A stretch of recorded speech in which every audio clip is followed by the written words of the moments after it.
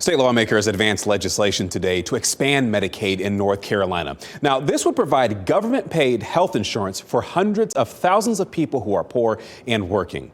Lawmakers have discussed this for more than a decade, and billions of dollars are on the line, but the debate is far from over.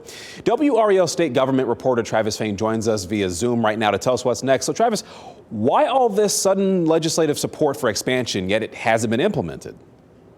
So the holdup are some really, really big details. After fighting against expansion for years, Republicans who hold the majority here at the General Assembly have come around. They're actually using talking points I heard 5 years ago from Democrats to support this thing. But whereas the House just wants to expand Medicaid, Senate Republicans are insisting on some regulatory reforms too, rolling back rules that limit hospital competition.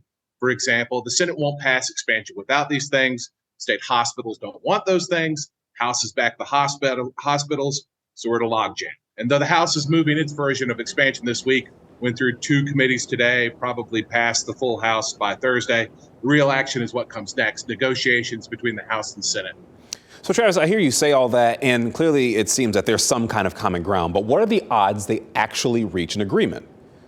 So they're pretty far apart right now, but things can move really quickly down here. And the impact of this, it's something like $8 billion a year on the line. That's not just expansion. There's another program called HASP. There are some other moving parts, but this is huge money for hospital systems, for mental health programs, potentially for job training programs, boosting the number of health professionals attending community colleges. That stuff might get thrown in there as part of a final deal. And there's a deadline for some of this money from the federal government. So I'd guess you can expect to get this done this year. But the question is, what else happens along with it? Of course, we'll just have to wait for that, but we know that you will be watching as it unfolds. Thank you, Travis.